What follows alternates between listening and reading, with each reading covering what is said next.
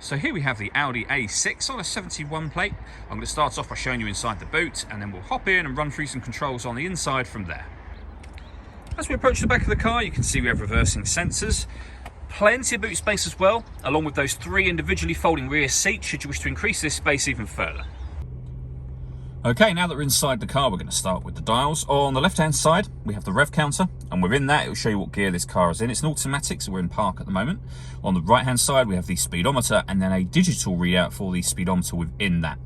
In the centre at the bottom, you can see the total miles for the car. They are 9,491.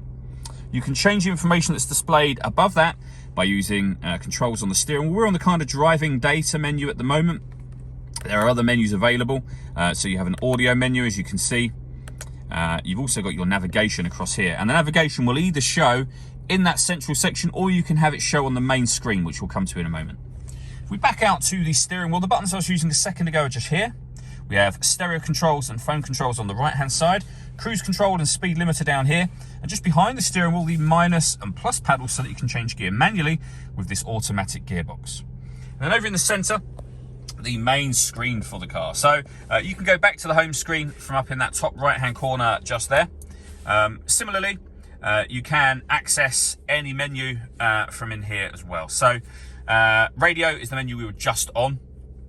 You probably saw, but this car's got DAB and FM radio. You can access different radio sources from up there. We go back to the home screen.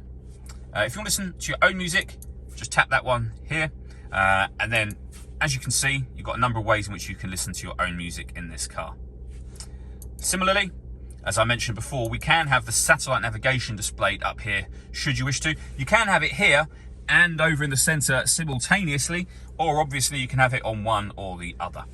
Back out to the home screen, you've got various bits, different bits of car information down the bottom here and vehicle settings.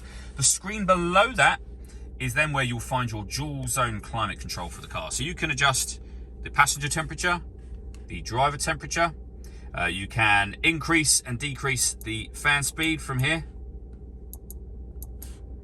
So up and down. You can hear it clicking every time you hit it. It's got a kind of a haptic feedback, the same as you might have on your smartphone. So really, really nice system to use, actually. You can tap the seat area just here to adjust where you'd like the air to be distributed once it enters the vehicle as well. When you're happy with all of those settings, down here is where you'll turn your air conditioning to eco, off, or on again. You can turn the whole system off from down here as well, should you wish to. This button here will turn off the main screen. That is so that if you're getting glare, say at night time, for example, you can turn that off should you wish to. Below that, we have the controls for the rear heated screen. We can turn the traction control on and off. We have our hazard warning lights. We can change the driving setup of the car. So you're able to change the car to efficiency, comfort, eco, dynamic, or individual. And under individual, you'll be able to customize settings yourself, should you wish to do that. We have the main volume for the stereo, the start and stop button for the car here.